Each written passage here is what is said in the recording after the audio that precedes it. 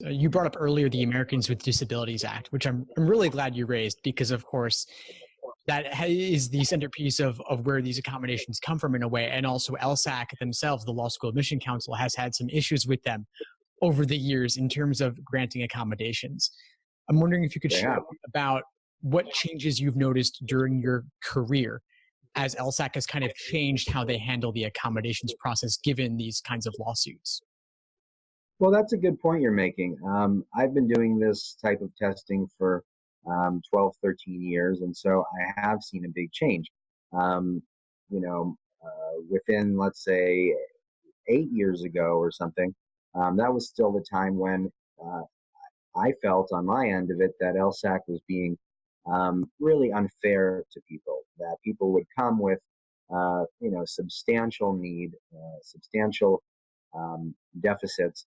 And, they were almost denying everyone, not everyone 100%, but they were denying a large sample of people that really should not have been denied. And then since that time, they were successfully sued. And you brought up an important point. They actually have made a lot of changes.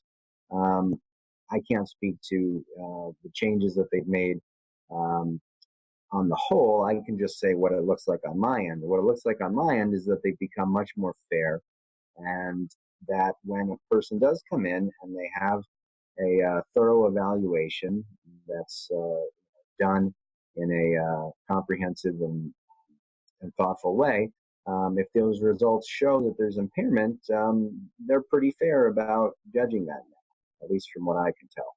Now, having said that, I'm also aware that they had the ability to have their consent decree lifted, which would mean that the federal government would not be involved in this process of oversight, and it was determined that it should not be lifted. So they may still be engaging in some kind of